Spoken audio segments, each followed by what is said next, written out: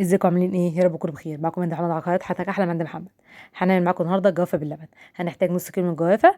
انا الجوافه يا جماعه دي كنت جايباها ومفرزاها في كاس تلاجة في الفريزر. انا بنضفها وبشيلها في كاس تلاجة في الفريزر وبطلعها لما باجي اعمل عصير جوافه. وهحتاج احط عليهم 3 معالق كبار عسل نحل، واحط عليهم لبن خالي الدسم يغطي كميه الجوافه، وهحط عليهم حبه ميه صغيرين، وهحط عليهم من 3 ل 4 نقط فانيليا سايله عشان الجوافه مجمده. الجوافه المجمده يا جماعه بيكون فيها سن الزنخه كده بسيطه، فالفانيليا السايله بتضيع طعم الزنخه ده خالص. جربوها ان شاء الله وهتعجبكم جدا. حطيت الجوافه، احط عليهم 3 معالق كبار عسل نحل، وحطيت عليهم اللبن، هحط عليهم الميه، وهحط من 3 ل 4 نقط فانيليا سايله، وهضربهم في الخلاط واصفيهم زي ما انتم شايفين كده. اهو ده الشكل النهائي للعصير. ان شاء الله تجربوه ويعجبكم.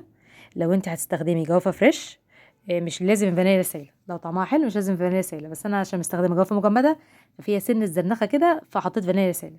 جربوا ان شاء الله الطريقه دي وان شاء الله هتعجبكم. لو عجبك الوصفه لايك واشتراك في القناه، ويا ريت تدعموني بالاشتراك. والسلام عليكم ورحمه الله وبركاته.